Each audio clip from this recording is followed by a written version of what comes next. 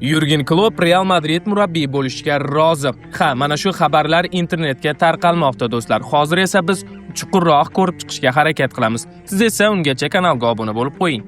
Demak, boshladik. Real so'nggi paytda ko'rsatayotgan o'yinlarga nafaqat boshqa jamoa muxlislari, balki Real nashaddiy muxlislari ham ikkilanib qarashmoqda. Xuddiki Segundadagi boshqa bir jamoaga Real libosini kiydirib qo'ygandek. Futbolchilarda o'yinga umuman ishtiyoq yo'q.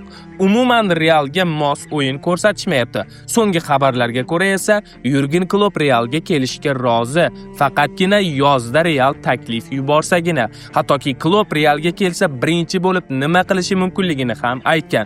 Nemis murabbiyi fikriga ko'ra, agar u qaymoq ranglilar murabbiy bo'ladigan bo'lsa, birinchi bo'lib Viniciusni jamoadan ketkazish kerak. Braziliyalikni ketkazish Kloppni Santiago Bernabeudagi ilk qurishlardan biri bo'ladi.